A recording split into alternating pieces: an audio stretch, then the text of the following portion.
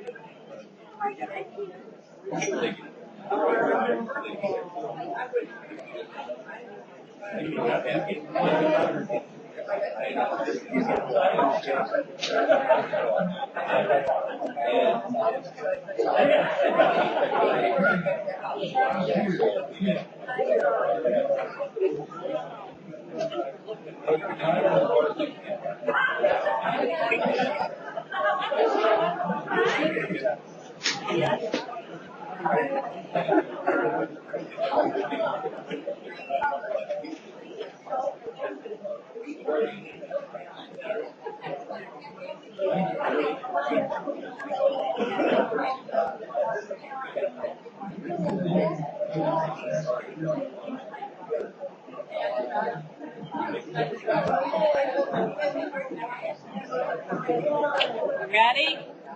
I'm ready.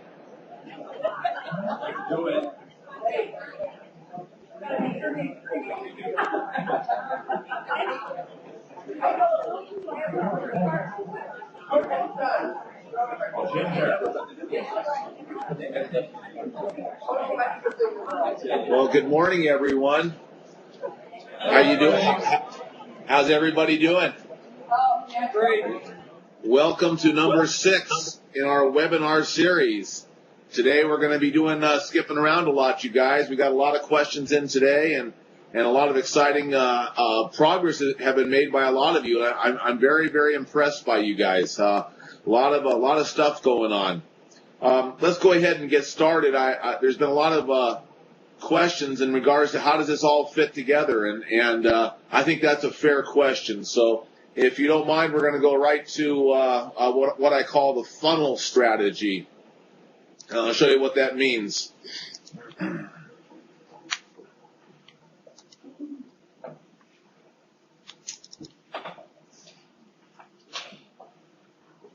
I hope you all have this picture up on your screen now. And what this is all about is simply something to, if you guys don't have an email of this, Cindy will send it to you.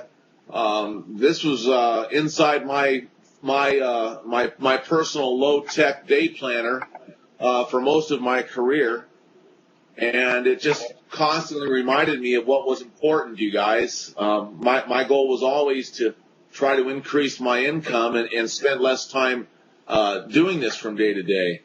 And sometimes the big picture that what we're talking about is not immediately evident to you guys. So I wanted to show you this. It helped me a lot. And it's 6 ways to increase sales in any sales business. And yes, you guys, you're all salesmen and salespeople, and we need to understand what it means to be successful. Well, number 1 is what I've been talking about ever since you guys met me, and that was increasing the size of your funnel, which means I want to attract more clients.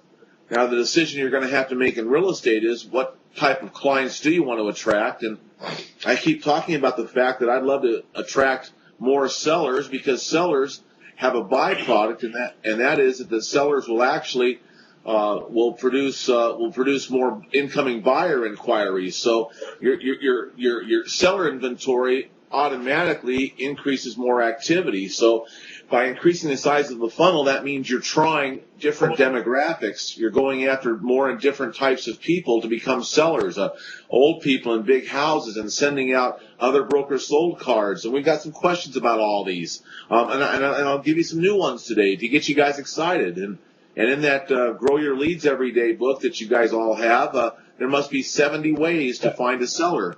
All I want you guys to do is get excited about 1 or 2 this year and own that market. Number 2, you guys And I've got to tell you, the mistake of most agents that want to move to the next level and can't seem to move to the next level is that they're working with too many idiots. You're not weeding out idiots fast enough.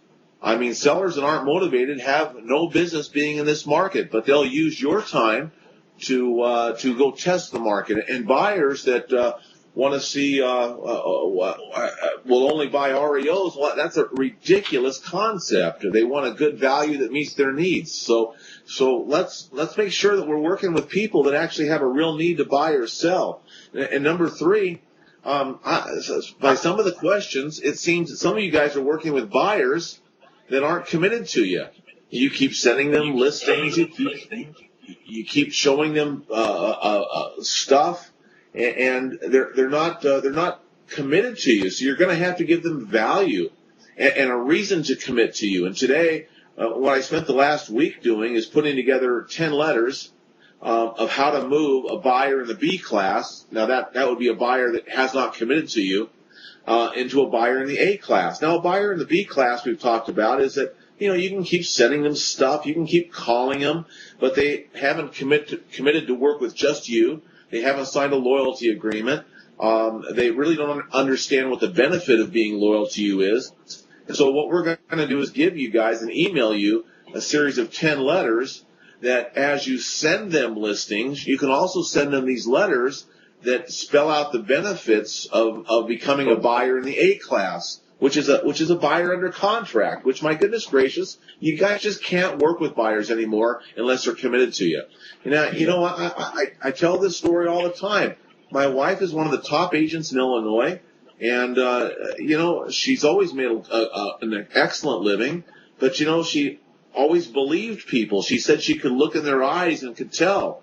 Well, after being married to her, I found that about every fourth buyer would drain all her energy and end up lying. Either buying through somebody else or buying directly from a seller.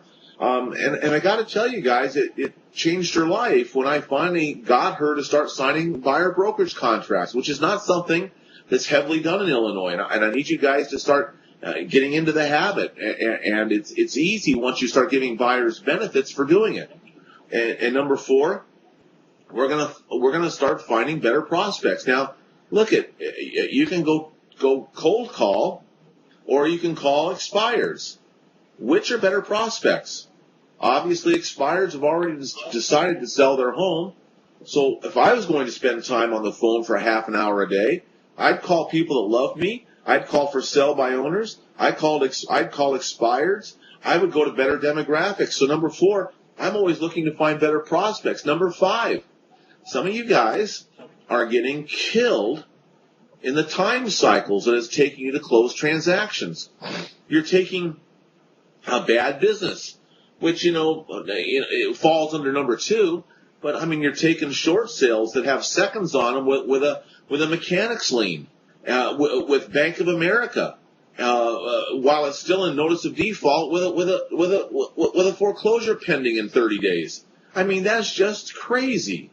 We've got to take better quality transactions. We're taking buyers who won't commit, who have been with 15 different agents. We're taking sellers that have been in the market for 7 times, and we take the listing at the same price that already hasn't sold for the last year and a half. You're going to have to take better quality business to speed the cycle. That also comes under this category is that, and we talked about this in length in the live seminars.